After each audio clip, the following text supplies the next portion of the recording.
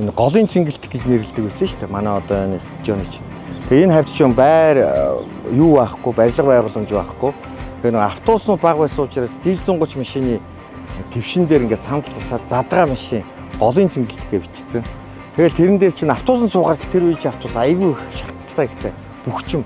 Одоогийнх шиг ч бас алахгүй халуул халсан шиг халдаг байсан үе. Тэгэхээр аль болох задгаа машин дээр яваад энэ голын цэнгэлтээр ирэх бол аз жаргал байгаа шүү. За тэгээ ирээд мэдээжээр наадмын стадионыг тойроод нөгөө нэг алдарт бор цаастай одоо хуушуура идэх нь бол одоо яахын аргагүй нэг гоё чимгэн амтан. За тэгээд төгрөг хорийн энториогоо ундаагүй.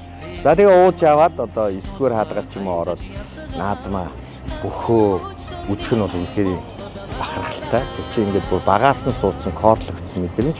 Яг тэрнтэй адилхан тэр үед ч байсан Монголын ард түмний нэг заншил байна.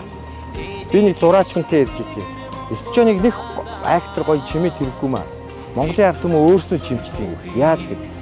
Тэд нар өглөө ирэхдээ хамгийн гоё өнгөлөг дээ уусас малгай толгоогоо өмсөөр тэгээд одоо төр засалтаа тусан төр засалтаа үндүүлсэн тэр өөрийнх нь бахархсан одон медалаа зүгээд ингээд ирнэ гэдэг бол өөрөө том одоо крас болчихсон. Тайз.